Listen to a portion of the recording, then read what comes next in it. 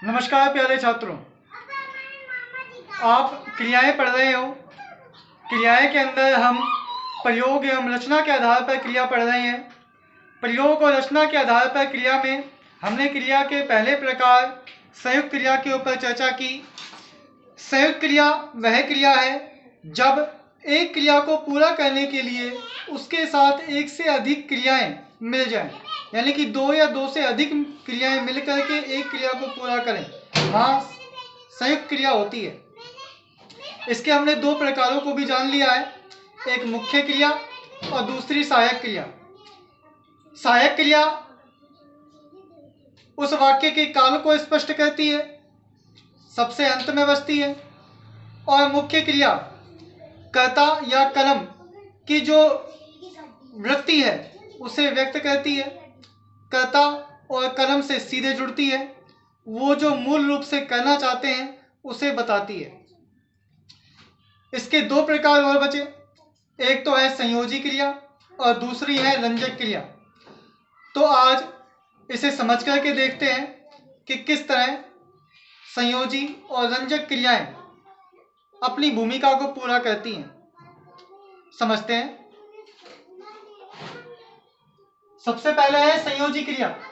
संयोजी क्रियाएं कहती हैं कि मुख्य क्रिया के पक्ष का मतलब होता है कि वो क्या सोच रखता है, उसकी वृत्ति का मतलब दृष्टिकोण, तथा उसके वाच्य कर्तृवाच्य, कर्मवाच्य, भाववाच्य, तीन प्रकार के वाच्य होते हैं। आपने पढ़ा होगा अंग्रेजी के अंदर भी एक्टिव वॉइस, पैसिव वॉइस, इस तरह से अंग्रेजी में दो होते हैं और हिंदी में तीन होते हैं। तो मुख्य क्रिया के पक्ष का मतलब उसका किस तरह का व्यवहार है, उसकी वृत्ति, उसकी सोच, उसकी विचारधारा पर, और उसके वाच्य की सूचना देने वाली होती है।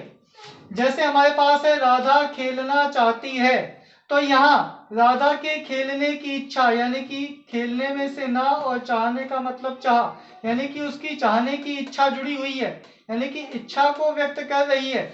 संयोजी क्रियाएं मुख्य क्रिया की उस इच्छा को, उसकी विचारधारा को या उसके वाच्य की सूचना देती हैं।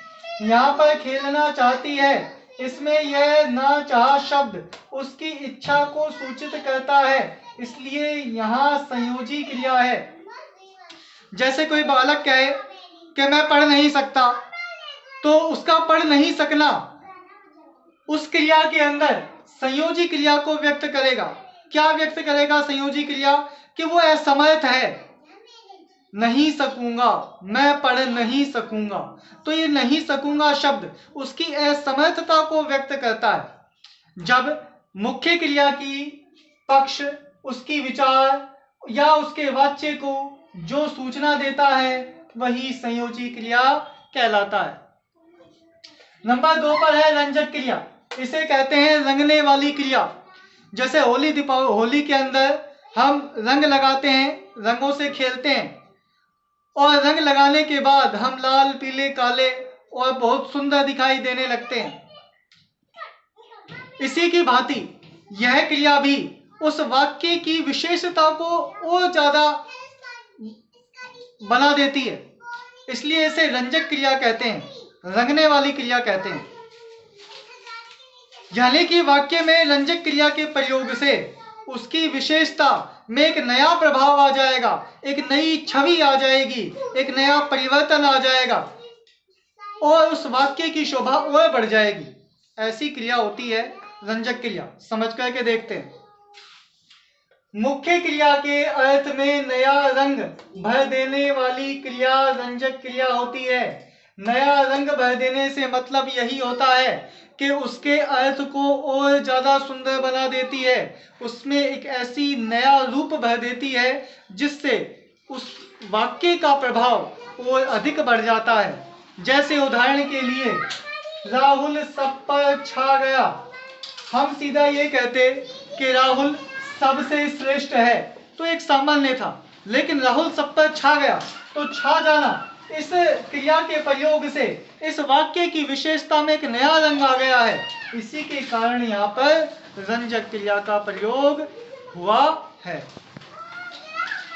जैसे उदाहरण के लिए हम कहें कि दीपक सारा भोजन चट कर गया, अगर हम इतना कहते हैं कि दीपक सारा भोजन खा गया तो एक सामान्य बात थी, लेकिन चट कर गया, इस शब्द के प्रयोग से, इस क्रिया के प्रयोग से उस वाक्य के अंदर एक नया रूप आ गया है, एक नया रंग आ गया है।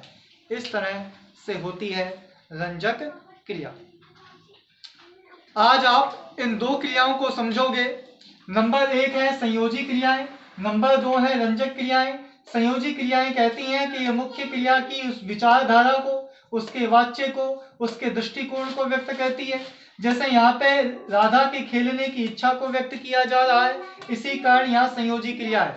नंबर 2 बात रंजक क्रिया कहती है कि उसके प्रयोग से वाक्य में एक नया रूप आ जाएगा, एक नया उसके अंदर चमत्कार बह जाएगा। जैसे उदाहरण के लिए राहुल सब पर छा गया, इस छा जाना क्रिया के प्रयोग के कारण इस वाक्य के अंदर एक नया चमत्कार आ गया है। आज आप इन दोनों क्रियाओं को पढ़ करके देखना, इन्हें समझने का प्रयास करना। कल हम इन सभी क्रियाओं के उदाहरणों को पढ़ करके देखेंगे। कुछ उदाहरण मैंने आपको नोट्स में भेजे हैं, आप उन्हें हल करके देखना। अगर आपको हल हो जाते हैं तो बहुत अच्छी बात है, नहीं तो कल की वीडियो में वे सारे उदाहरण हम हल करके देखेंगे और क्रिया के बचे हुए रूपों का भी अध्ययन करेंगे। मैं आशा करता हूँ आप ध्यानपूर्वक पढ़ रहे होंगे, उतार रहे होंगे, समझ रहे होंगे। कोई भी दिक्कत आए आप पूछते रहिए, फ़ोन कर लीजिए, मैसेज कर दीजिए। आपके लिए बेहतर से बेहतर कार्य करने के लिए प्रयास किया जा रहा है।